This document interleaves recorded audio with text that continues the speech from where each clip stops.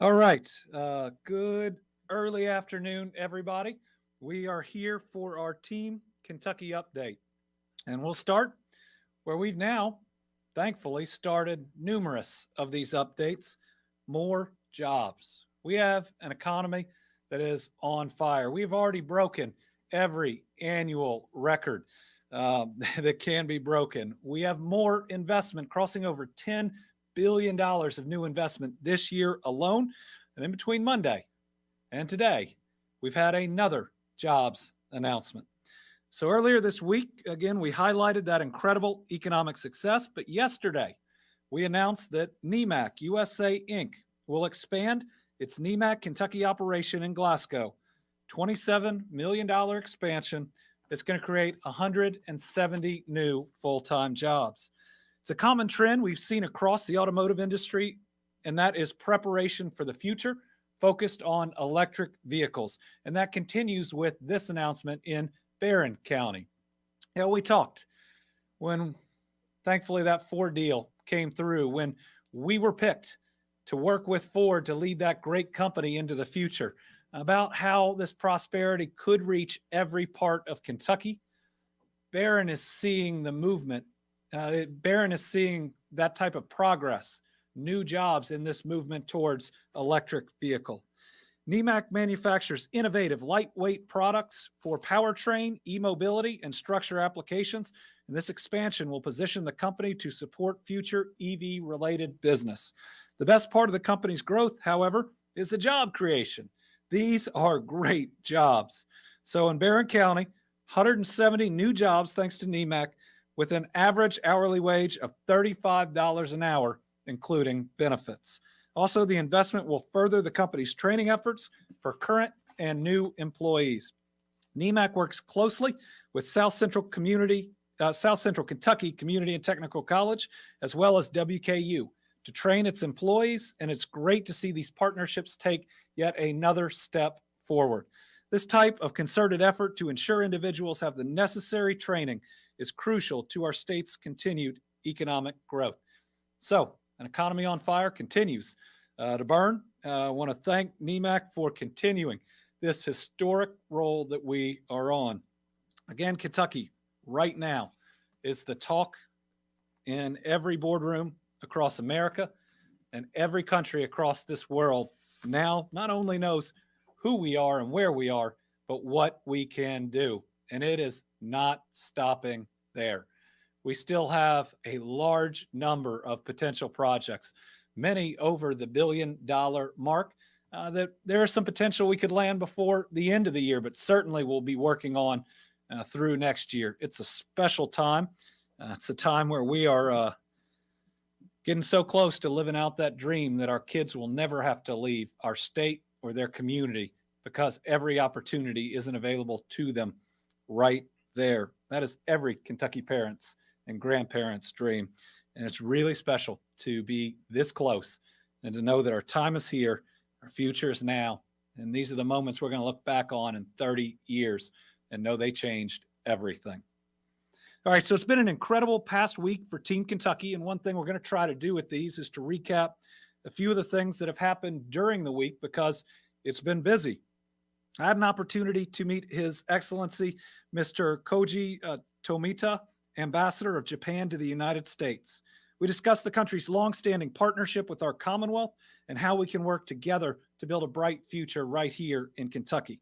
See, Japan is Kentucky's largest international investor and the largest international employer, with an especially strong presence in Georgetown and in Lexington. More than 47,000 Kentuckians are employed by Japanese-owned businesses, and 200 facilities in Kentucky are operated by Japanese-owned companies. Obviously, Toyota was a huge moment in the history of our state when it located here. And last week, announcing a $470 million or a near $470 million expansion. Japanese-owned businesses continue to be a huge part of our economy. It was a special meeting. A special meeting because of the impact that Japan and its investment has had in Kentucky, but the ambassador also said some really kind things. First, he said that he was impressed during this pandemic that our state took every one of these and other updates and through some groups out there, translated them into Japanese, making them more available for all of their executives or workers. It was a good compliment because it shows that we look out for one another, every single individual in this state. That's what COVID shows us. We are all important and we are all connected. Second thing he said is how much Japanese executives love living in Kentucky. And that's really important for us because we believe that when people give us a look, which is now the reality, never a flyover state again, but when they give us a look, they realize they can not only get the workforce that they need, but they can live in a place that they will come to love. Next, some good infrastructure news. First up, in the last week, as part of our Better Kentucky plan, we presented more than $14 million in water and sewer projects in Magoffin and Johnson counties to support construction in this part on the local area vocational education centers.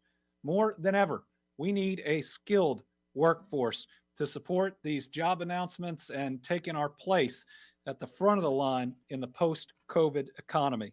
Now, these career and technical centers are absolutely critical to getting us there, and most of them were built in the late 70s. And as I said at one of these events, I know the wear and tear that can occur if you've been around since just the late 70s. But when you think about how our economy has changed and the importance, by the way, this is the first time that kid had ever held $10 million. He almost dropped it.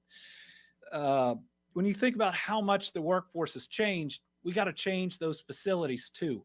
We got to make sure our kids have the most modern technology because a factory is a totally different place than it was 20 or 30 years ago, and the skills are different. So next, on the infrastructure, we cut the ribbon on a new bridge into downtown Russell in Greenup County, which is opening this month. This is a $24 million transformational project that's actually going to be the gateway into their city, and it replaces a 1930s era viaduct bridge and provides a signature way to enter this really special town. It is the end of a 10-year project that my dad started with the governor of Ohio that created a bridge just down the road from it, but now provides the infrastructure to Russell, we think, to truly thrive. And it's going to be a breathtaking drive as you come across that thing. You can see the bridge over to your right, and then you can see the city that you're entering right in front of you. So it was an exciting day. In Boyd and Greenup counties, we were able to award $1.1 million to deliver clean drinking water and improve sewer and water infrastructure. Again, these are part of that Better Kentucky plan, which tries to realize our value, that clean drinking water is a basic human right, and it ought to reach every single family and every single household. On top of that, we work to become more resilient. Especially the Boyd County area, really the whole area was hit with ice storms, major flooding. In fact, I went to a warming center during the ice storm, and 2 weeks later, it was underwater. So we presented more than $800,000 in flood control funding for Boyd County, and then $530,000 in school safety funding for Greenup County. One, making it more resilient, hopefully less disruptions and loss of property and even life. And the other, these are discretionary transportation funds, and they've shrunk over time. But in many ways, that made us answer the question, what is most important to us? We are the best state at logistics in this country. We can get cargo anywhere in time for that company. But the most precious cargo we ever transport are our kids. My kids get in a car to go to school every day, and their safety going back and forth is paramount. So these dollars, which we're awarding, it's almost all the discretionary dollars that was provided to me in transportation, all going to school safety projects, and even did the analysis to determine where the most dangerous areas were, and we are correcting them. All right. So next, we have an update on flooding assistance for Nicholas County, and we have the county judge executive here with us, Judge Steve Hamilton. As Judge knows, I declared a state of emergency on August 3rd after the county received what seemed like wasn't even possible 4.07 inches of rain in a 2-hour period, though I know some areas may have gotten even more than that. There's a period overnight from July 29th to 30th, so some people even woke up with their home already being devastated. It caused major flash flooding, resulting in numerous high water rescues, multiple road closures, and sadly, one fatality, one lost life of a Kentuckian. During this event, the rainfall exceeded the 1,000-year return rate. We had FEMA teams conduct damage assessments. Lieutenant Governor and I also toured the county to view the damage and to commit to help. We opened a multi-agency recovery center to assist residents of Nicholas County so they wouldn't have to go to 6 or 7 agencies. They could see everybody they needed to in one trip. And after all the assessments were in, we submitted the request to FEMA for a major disaster declaration. Unfortunately, it was turned down in large part because this was so localized and that program is designed for more regional disasters, and we appealed. But our appeal was unsuccessful. And at that point, it hurt to know that a county, an area that had had so much of its infrastructure and services wiped out, losing just about every fire truck, ambulances, and others, may go unhelped. So we knew those impacted were disappointed, and we looked for a way to help. We're talking about 88 homes, 29 businesses, as well as the city's wastewater treatment plant, fire station, and city garage that were impacted. Places that stored ambulances and fire trucks and other critical pieces that helped the county respond to emergencies were damaged, if not ruined, by this emergency. The estimated damages to roads, bridges, buildings, and equipment, along with the cost of debris removal, totals more than $3.8 million. We know it's an unusual situation, that there was so much devastation, but it didn't qualify for FEMA aid. And because of that, we wanted to look at every option we had to help. Most recently, I've asked the Federal Small Business Administration to issue a disaster declaration for Nicholas County. If approved, the disaster declaration would provide eligible business owners with low-interest loans to reopen Nicholas County businesses and employ county residents. That's an option that can help businesses get back on their feet. But today, we wanted to provide a little bit of better and immediate news. Today, I'm proud to announce that we're able to provide Nicholas County up to $1 million from our flood control program. These are funds that are used to assist local governments with flood-related projects. I know Judge Hamilton has been working to assess how the county can best use the funds to support local government, including possibly purchasing new emergency response vehicles. Judge, thank you for the work that you are doing on behalf of your residents. We wanted to try to find a way to help, knowing it's not enough, but it could help get the county, the city right there, back on its feet. Judge, if you'd like to say a few words, we're honored to have you.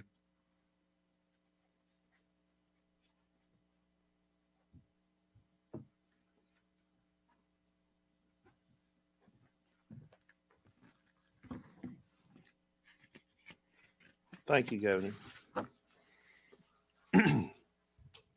Good afternoon. I've come here today representing the people of Nicholas County, a tired and hurting people. As you're aware, our community suffered an unprecedented devastation in late July as ravaging floodwaters under cover of darkness floundered a path leaving behind death, destruction, and heartache. We lost a precious soul whom our community mourns. Over 80 homes, many businesses were destroyed and damaged. Many lost everything. And watched in shock and disbelief as homes were carried from their foundations and vehicles and treasured keepsakes were stolen by the angry waters. In our community, our infrastructure was shattered. Our sheriff's department lost 3 vehicles, a side-by-side rescue unit, and other valuable equipment. Our fire department lost 2 fire trucks, 5 were severely damaged, Our ambulance service was completely displaced, and 2 of our ambulances were totaled and another damaged out of 4. Although our little community with a big heart aches, we haven't lost hope. We will not give up, and we are bound together in love of community, tradition, our hometown goodness, and desire to overcome. Governor Beshear, I would wish to publicly express a deep gratitude to you for your quick action and steadfast dedication to our county. By 8 a.m. the Friday morning following the disaster, the governor was immediately in touch with me, and we had submitted to him a declaration of a state of emergency. The governor has worked diligently along with his staff and our community to seek federal disaster aid, which would directly benefit individuals in our community.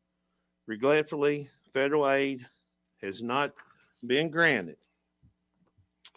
Today, I am truly humbled and with grateful heart that I accept on behalf of our community this bountiful grant of disaster relief assistance in the amount of $1 million that's authorized by the governor, Beshear.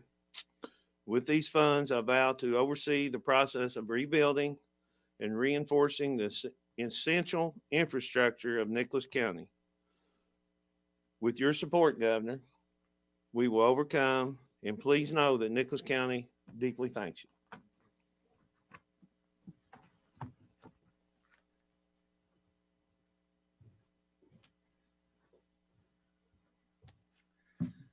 We thank the judge for his leadership, which is never more important than in times of great difficulty. And seeing him amongst the citizens of Nicholas County, working with them was something truly special to see. And I know how hurtful this entire event was, especially the way it picked up homes and just threw them 15 feet forward, many of which could never be entered again. Watching people basically bringing out every single one of their belongings, which had been destroyed. We hope this helps as we go on that path towards healing. And we hope to be able to provide help into the future in whatever way we can. All right, we'll now move into our COVID update portion, whereby I'll start and then we'll turn it over to Dr. Stack. First, just as a brief update, when we look at variants of concern and genomic surveillance in Kentucky, we are at about 100% Delta variant still here in the Commonwealth. We know that there's been a report of a Lambda in Louisville, but when we look at the overall, you call it a portfolio, but it's entirely blue. What we are seeing when we run the various tests, it is this dangerous Delta variant that is almost 100% of what's hitting us here in Kentucky. We don't have today's new COVID numbers. Those come out a little bit later, but I can tell you this week right now is tracking to be lower, but only slightly lower than last week. It does give us some pause about whether or not our decline is slowing. Certainly the curve of that decline, the slope will not be as significant this next week. Our hope is that is just a 1 week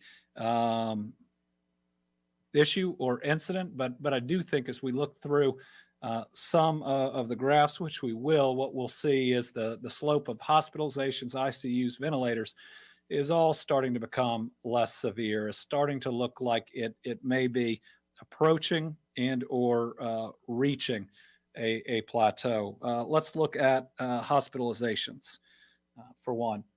Now, as you can see, we had an incredibly steep rise. By the way, we still haven't seen all the ramifications of this much disease and this much hospitalization. We got reports and we reported deaths primarily that have come in during that time from local health departments and others. We are now starting to receive a lot of death certificates that will be on reports moving forward that physicians and others couldn't get finalized with so much work and being so overwhelmed. So we have yet to see the true toll on human life that the peak that we see there in hospitalizations caused. But I do want to point out it is still declining, and that is good. But we got to really watch the rate of the decline, which at the beginning when it started declining, it went down really fast, which we're grateful for. But it certainly appears to be slowing, and we will watch that. We'll talk about it again on Monday. Intensive care unit, again, the same. Again, it is continuing to drop, which is positive, but we're starting to kind of see a bend in the slope of that graph and in our numbers, and a little bit as well in terms of ventilators. What strikes me here is just how much higher the peak with the Delta variant for ventilators was as compared to the Delta variant, which is the other spike that you see there, a much more deadly variant, but thankfully had more people vaccinated and we had more tools to fight it, which we hope if we have any other surge in the future, more people are vaccinated and boosted, which I'm about to get here in a minute. But if we continue to do that and improve the way that we treat for COVID, again, we are better at fighting it each time that we'll have to. All right, vaccinations, getting back to being able to do some of the demographic reporting. As of today, 2,563,115 Kentuckians have had at least their first shot of hope. We are continuing to see daily numbers that are anywhere between 1,200 and 3,000, which means those are new Kentuckians getting vaccinated every day. We'd like to have a lot more than that, but hey, we are having people getting vaccinated each and every day. As we look at the breakdown, that is 57% of all Kentuckians. And remember, we just had an age group open up, which Dr. Stack will talk about, that we think there's actually a significant appetite out there, and we're going to have a lot of vaccinations. 12 years and older, this was the previous group authorized, 67%. So that's over 2/3 of everybody that can get a vaccine has gotten a vaccine in Kentucky. Remember, we've been at this less than 2 years. We all want to be over it. So we look at those numbers and say, what about the other third? Which is a good question.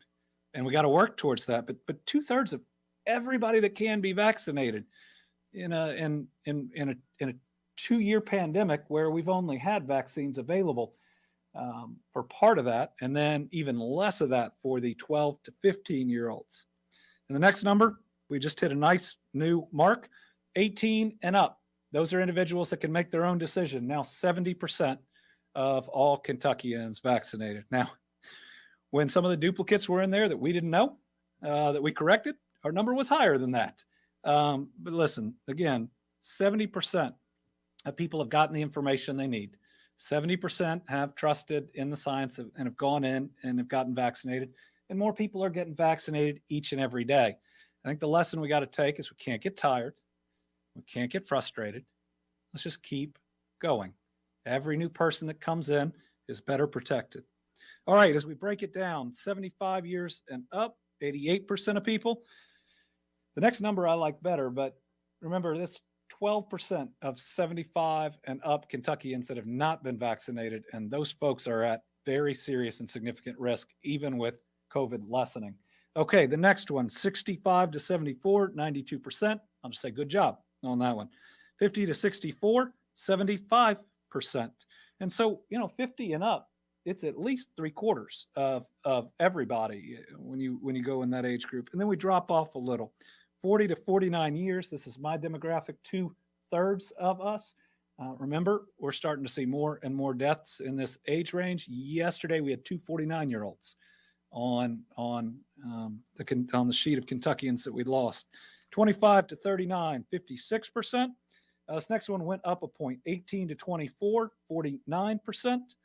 16 to 17, 46%. 12 to 15, 42%. I just want to think about the bottom two of those right now. So when school systems are starting to make decisions on what to do, just remember more than half of the kids are not vaccinated. More than half. So you got 20 kids in a classroom, you're going to have 10 that are unvaccinated. And so we need to think about these rates, and counties can break them down and see where they are even in that, in making those decisions.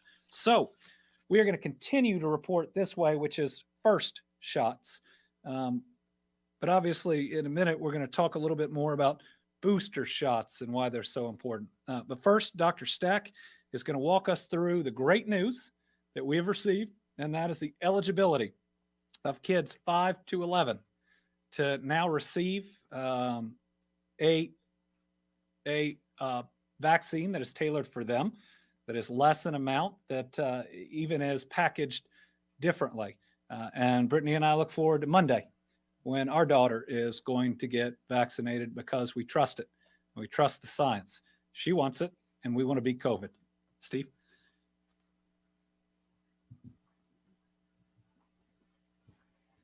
Thank you, Governor Beshear and First Lady. Good morning. It's nice to be here today.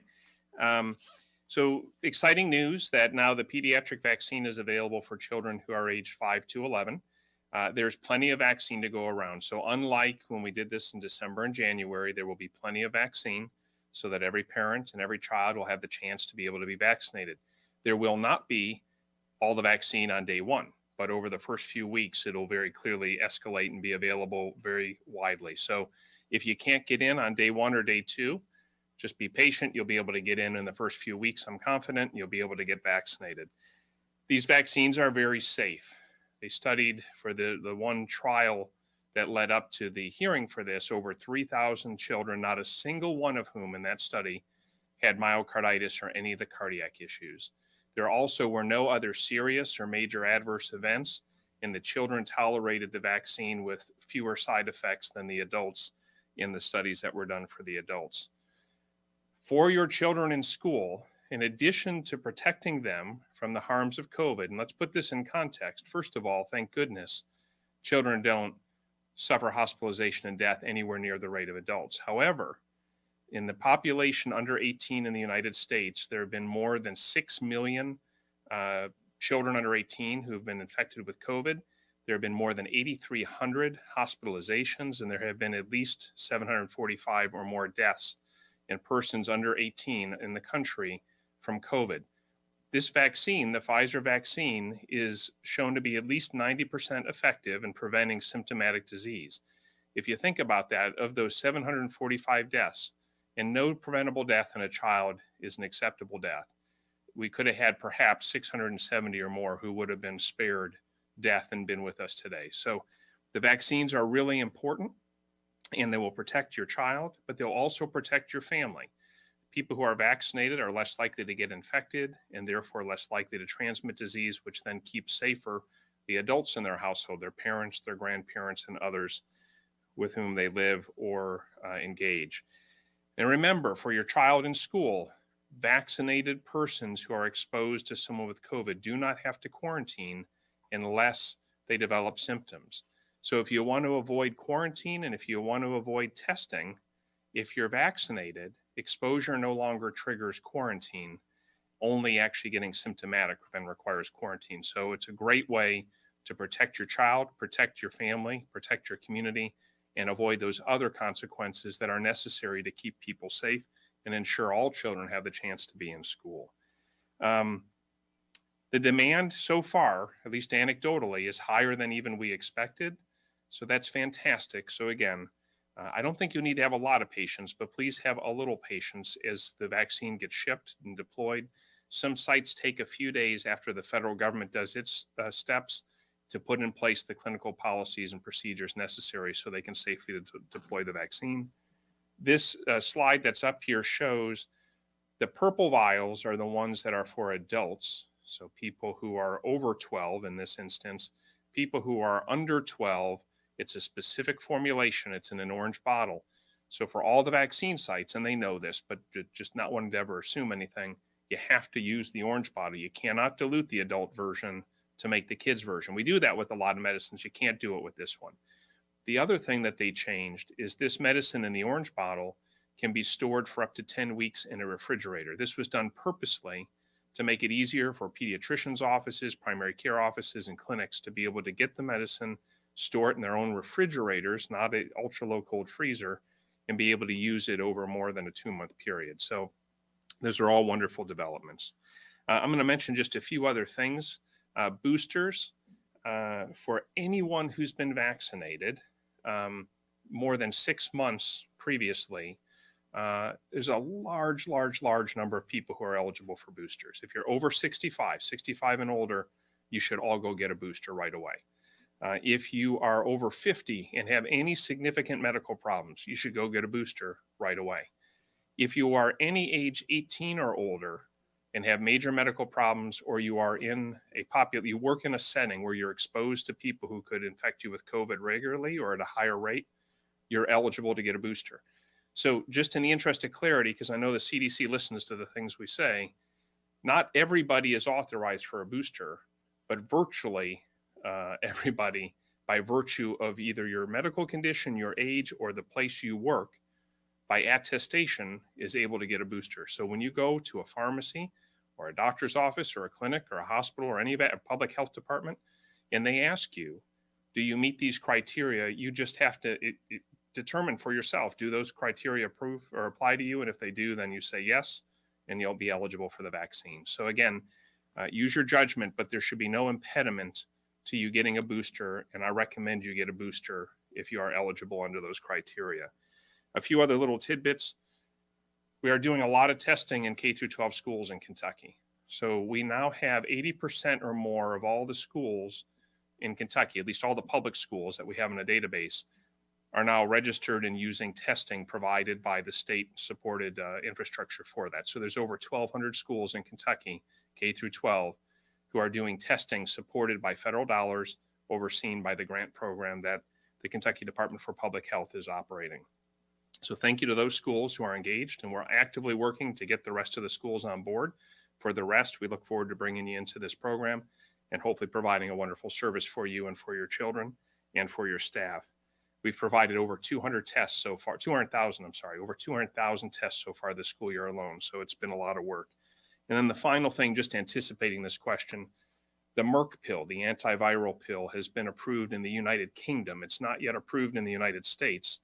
The hearing for the FDA for that, I believe, is scheduled for November 30th. And then after November 30th, if the FDA approves it here, then we will eventually find it available in the first week of December in the United States. And I want to caution folks, we've been told explicitly that the amount of drug for that will be very, very limited in the early months. I mean, so limited that maybe only a few thousand doses come into Kentucky, if that many. If that's the case, there's a lot of other reasons too, but you cannot rely on this medication as a way to say, I won't get vaccinated, I won't take precautionary steps, I'll just go get the pill. This will not be like Tamiflu for quite a long time. You can't just go get it anywhere. If you're a female, you have in your childbearing age, you'll have to have a pregnancy test probably to ensure you're not pregnant. You'll have to see a clinician who can evaluate you and determine that you have a positive test, you're not pregnant, and your symptoms started within 5 days. If you meet those criteria, the medication for the right people could be very, very helpful, but it's going to be a narrow and limited community who can get it in the beginning because it'll be limited in its availability, and it does require some evaluation for someone to be determined if they're eligible. So it's a lot of really good news. The governor's already shared the hospitalization data, the case data, all continues to look like it's improving, though now at a much slower rate. Please don't let your guard down. Temperatures are getting colder. The end of the year holidays are coming up. The best way for us to enjoy the holidays and be safe with each other and enjoy and celebrate these holidays in the presence of those we love and care about is for all of us to be vaccinated and be safe. And for those of us who have to be around folks who choose not to get vaccinated, the best way to keep ourselves safe, hands down, is to get vaccinated. So please get vaccinated, get boosted, and I sure hope you'll consider very seriously taking your children who are now eligible in to get vaccinated as well. Thank you very much. Thank you, Governor. Thank you.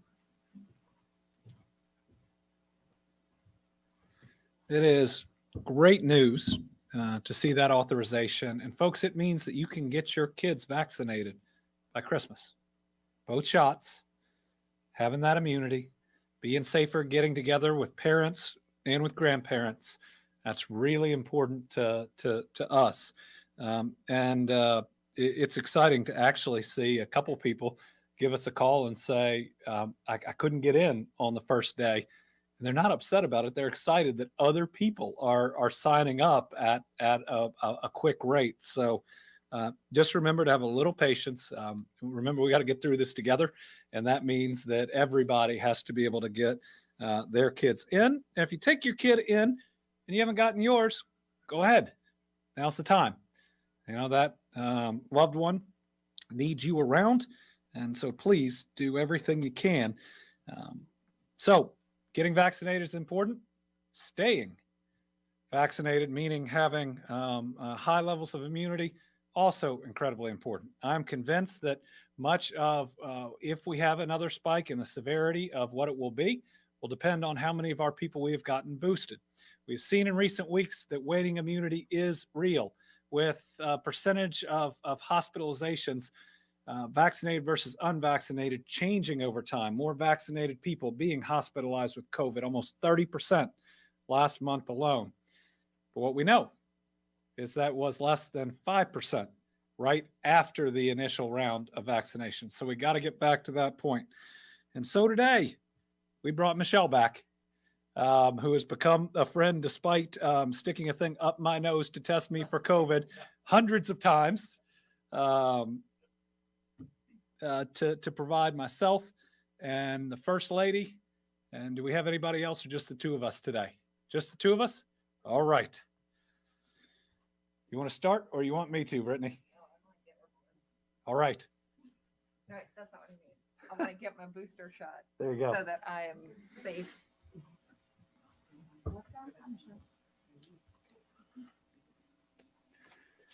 So this is Michelle Searcy, the school nursing supervisor at Franklin County Health Department, who is administering our booster shots today.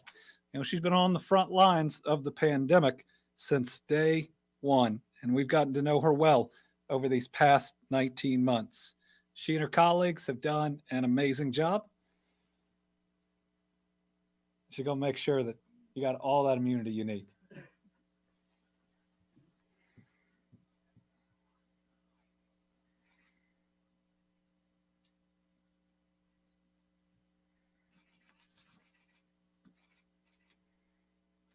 She is so good at this. I barely felt that. So she has a trick with kids where she says 1, 2, and then gives the shot. I'm not sure how fully honest and transparent that is, Michelle, but it does work. It works, doesn't it? Yes. As I cling. No. All right.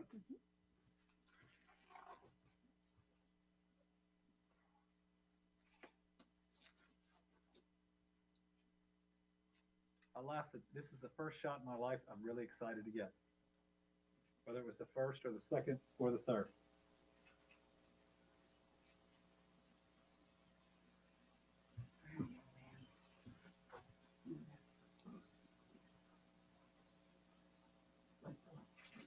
Yeah, but they're filming.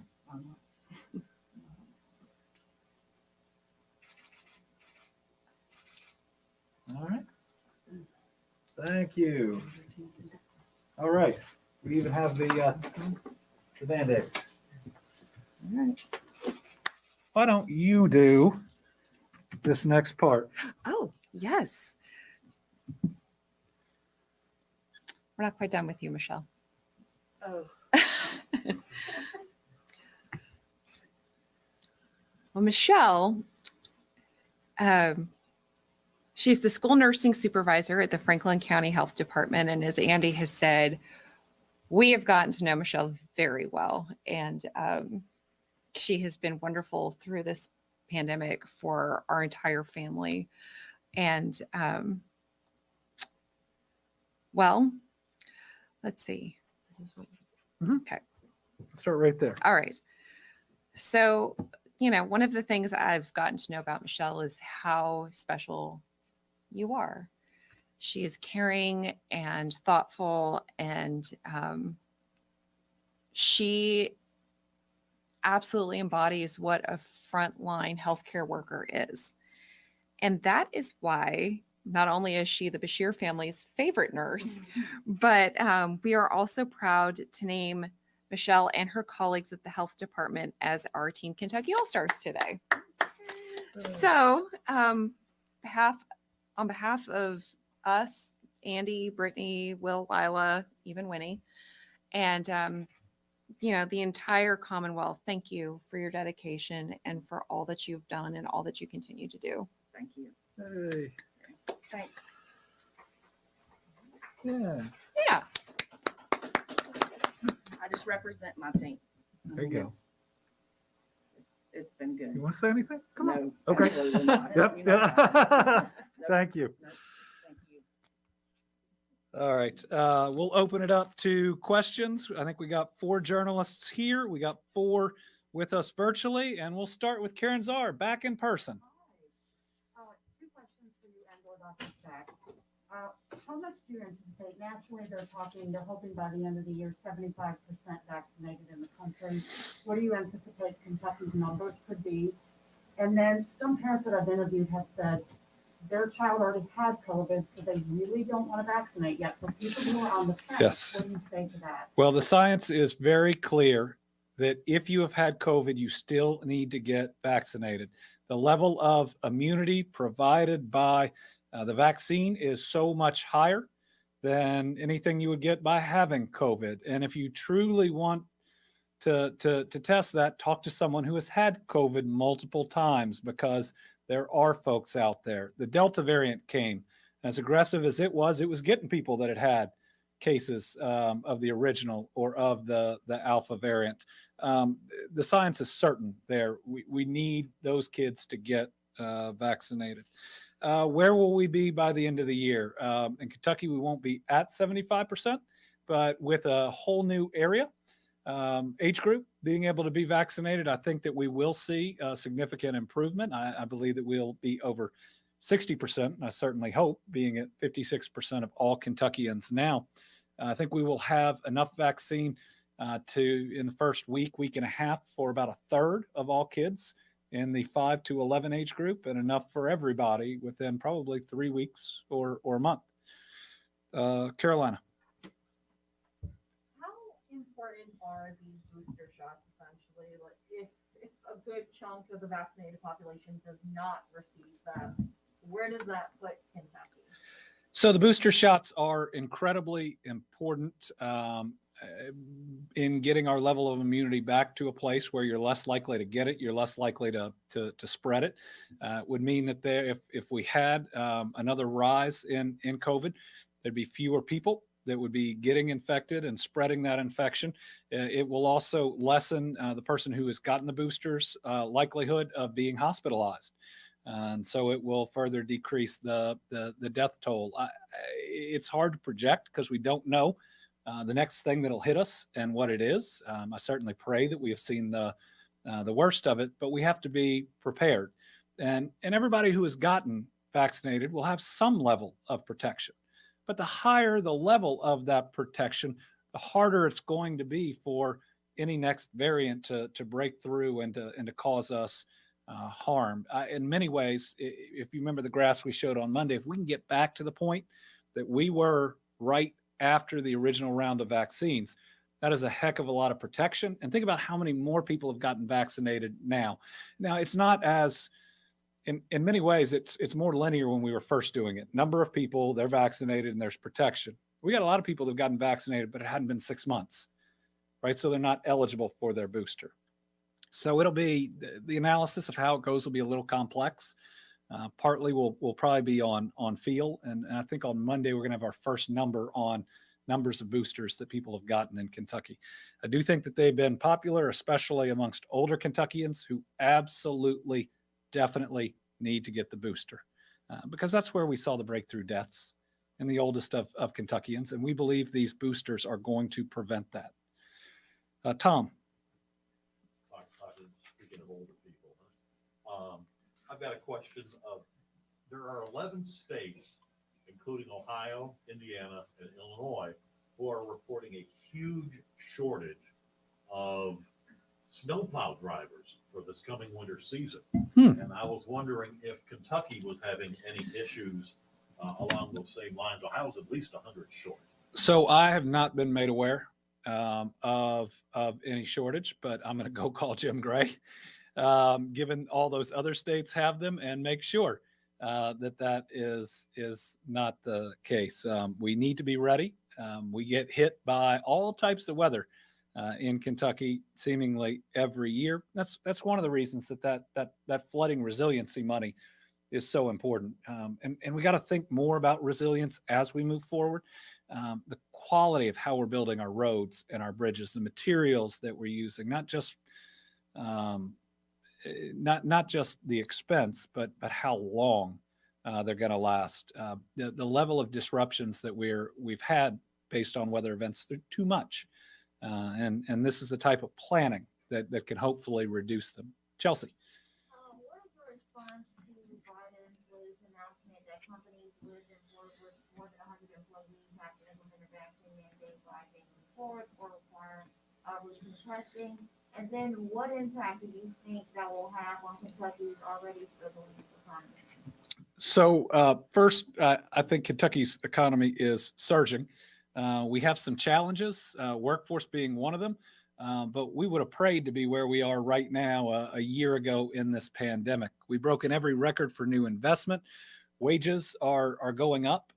We're still dealing with some supply chain issues that are causing inflation. It's the supply chain that will work itself out causing that, while at the same time we're getting all this great investment that will be more permanent. But on the what they're calling a vaccine mandate, we believe that we're going to get the final rule today. The U.S. Department of Labor is going to talk about it. I truly do not believe that it is a vaccine mandate. It may be popular to call it that in Washington, but it is a testing mandate. The level of which you have to be tested, or whether at all, depends on whether you're vaccinated. We believe that Kentucky is going to fall in their definition of a major employer. And so we believe that as a state, to comply, we will have to test any unvaccinated state employee once a week.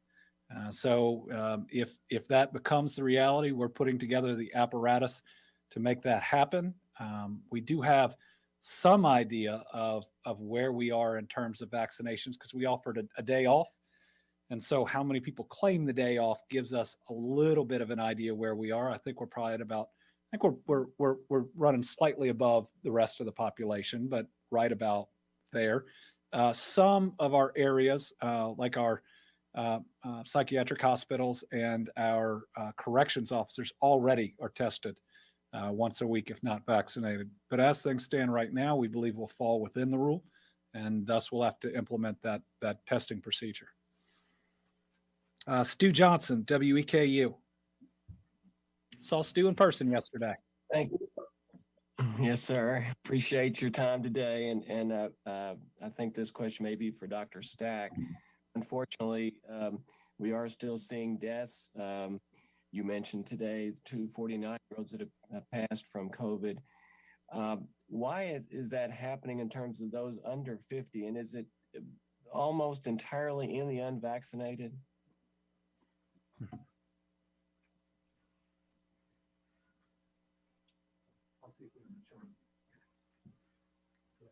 So thank you for the question. It's a good one. First of all, just to prepare people for this, there will be sustained and elevated numbers of deaths reported for the weeks to come and probably through the end of the year. Remember, we had an enormous surge of a really dangerous variant, and a lot of people got sick really fast. The velocity, the rate at which this increased was like a rocket straight up in a vertical climb. And that happened really fast over about 2.5 to 3 months. And so people get sick, people go in the hospital, people who unfortunately die. And then it takes time for death certificates and reporting to happen. And remember, the public health workforce is overwhelmed just like the hospitals are overwhelmed. And so now that system, which normally doesn't operate this rapidly, is going to be processing the aftermath of this horrible surge we just had in the months ahead. So the first thing is just to prepare folks. The governor will be up here announcing, unfortunately, higher deaths over weeks to come, but that is part of the journey we have just now begun to emerge from with the Delta surge. So that's the one thing. For the deaths under 50, there are, I don't know the exact numbers, less than 10 of them. 95% or more of all the deaths under 50 are in the unvaccinated population. I think it's fair to characterize if you die from COVID under the age of 50, it in a way isn't a tragic and optional death. It is an option that was chosen because one chose not to get vaccinated. So under 50, those deaths are very rare, and it's almost all unvaccinated. Even when you're over 70, it's still 2-to-1 odds. Now remember, lots of people over 70 have multiple medical problems, and those are the people who are most vulnerable, but it still reduces your risk by at least 50% of having death if you get real sick from the virus, even if you're in advanced age over 70. So hands down, the vaccines, the data still shows are working wonderfully, but the governor's absolutely spot on. You got to get vaccinated if you're eligible. Now it's your choice, and you still have protection at some level if you're not boosted. So thank you for doing that. That's fantastic. But if you have a chance to get boosted, that's how you get your protection up over that 90% again, to make sure you don't have these risks. And this is the chart we show from time to time on that exact question. You just look at the age group 40 to 49. We've lost 194 unvaccinated people to COVID during this period of time. We've lost 3 vaccinated individuals. So almost entirely unvaccinated individuals. Sarah Ladd from the Courier-Journal. Yes, thank you.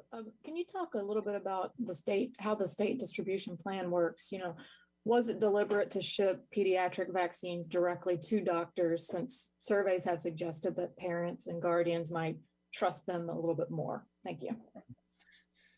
So we shipped are shipping to as many pediatricians as sign up. They have to sign up with all the federal forms. Now, there are a number of pediatricians that are opting not to, not because they don't believe in the vaccine, they do, but because there's already a separate apparatus set up all over the country of providers. And remember, we've provided this vaccine differently than you get your other vaccines because of how fast we wanted to get it out and how many people need to take it. So a lot of pediatricians will have it right there. A lot of them will talk to families and then help them schedule it at CVS or the rest. I mean, remember also that typically a trip to the doctor is followed by a trip to the pharmacy with that prescription that they hand you. So the ability to get it all done in the same day with your typical and normal movements is still there. Our goal was to have as many providers ready as possible, and school systems themselves are coming on line with different vaccination clinics. Again, if they so choose, the decision to do it now is a little different than in the past because we have so many different providers that are set up, all receiving these. So during your day, if you go to the grocery store, you can get your kid vaccinated. If you go to the pharmacy, you can get your kid vaccinated. At many of our community centers, you can get your kid vaccinated. So many different options, but a lot of pediatricians will have that option for them too. Lawrence Smith, WDRB. Thanks, Governor. A number of counties have dropped into the orange now, and school districts are either relaxing or looking at relaxing their mask mandates, other mandates, especially now with the child vaccine available. What do you think the threshold should be to do that?